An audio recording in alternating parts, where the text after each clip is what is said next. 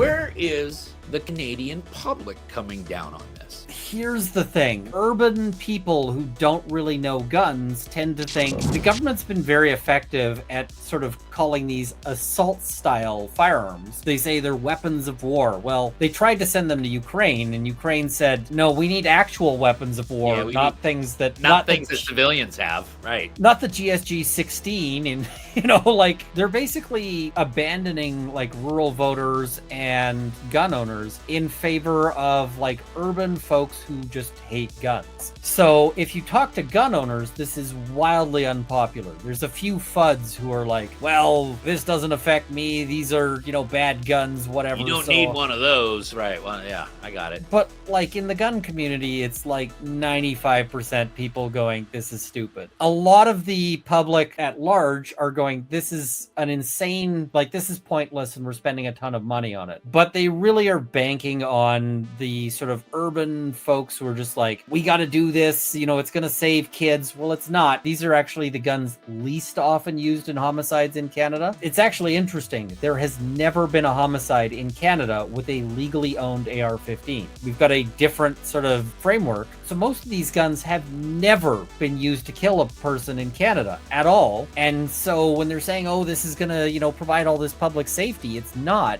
The people who aren't like super biased against guns are kind of looking at this going, this is stupid. All of this just ends up being a giant headache and nightmare. But I mean, Americans, the people who are willing to do it here will be willing to do it where you are. And in everything that happens in Canada, the gun banners in the States point to Canada and they say, if Canada can do it, we can do it too. That's right. So anything you can do to help stop what Canada's doing helps you as well.